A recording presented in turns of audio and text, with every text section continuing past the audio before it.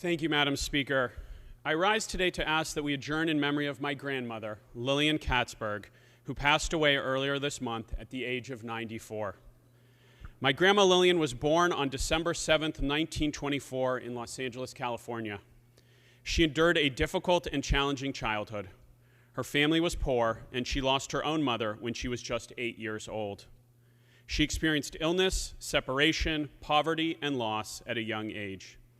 Yet it was these experiences that helped shape Lillian into a woman who was resilient, without pretense, and grateful for simple pleasures that too many of us take for granted. After graduating from Dorsey High School, Lillian moved to Northern California, where she worked to support the Allied effort in World War II. A tiny Jewish version of Rosie the Riveter, she worked first as a shipfitter in the Richmond shipyards and later joined the Women's Army Corps.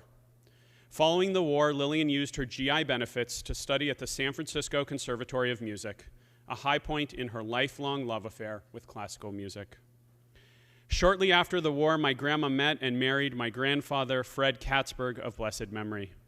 As my mom shared at her funeral, once Lillian met Fred, life finally became a fairy tale with a happy ending.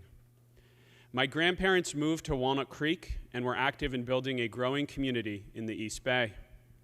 Among other involvement, Lillian was one of the founding members of Temple Isaiah, a Reformed Jewish congregation in Lafayette, California.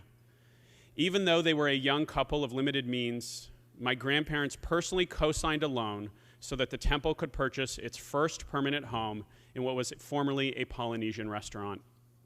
Temple Isaiah has since grown into a strong and vibrant center of Jewish life in the Diablo Valley and is an integral part of Lillian and Fred's legacy.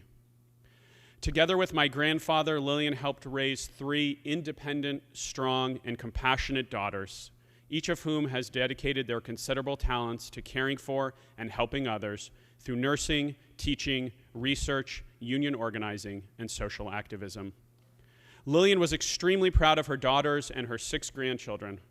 Her enduring legacy is a family that is devoted to each other and to the pursuit of social justice, what we Jews refer to as tikkun olam. My memories of my grandma are of a kind and generous woman who appreciated the little things.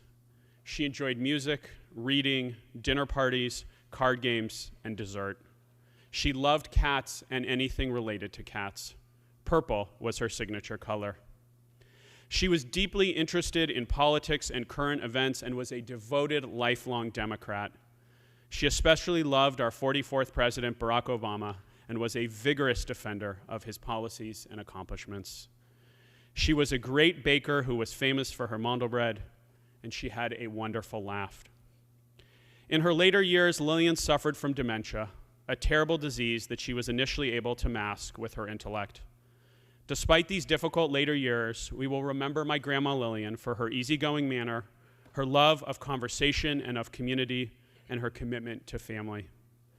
Lillian Katzberg's memory is a blessing to our family and to her community.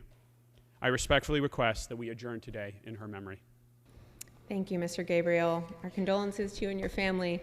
Your grandmother's loss is of particular meaning to my community as she helped to build it, and may her memory be a blessing.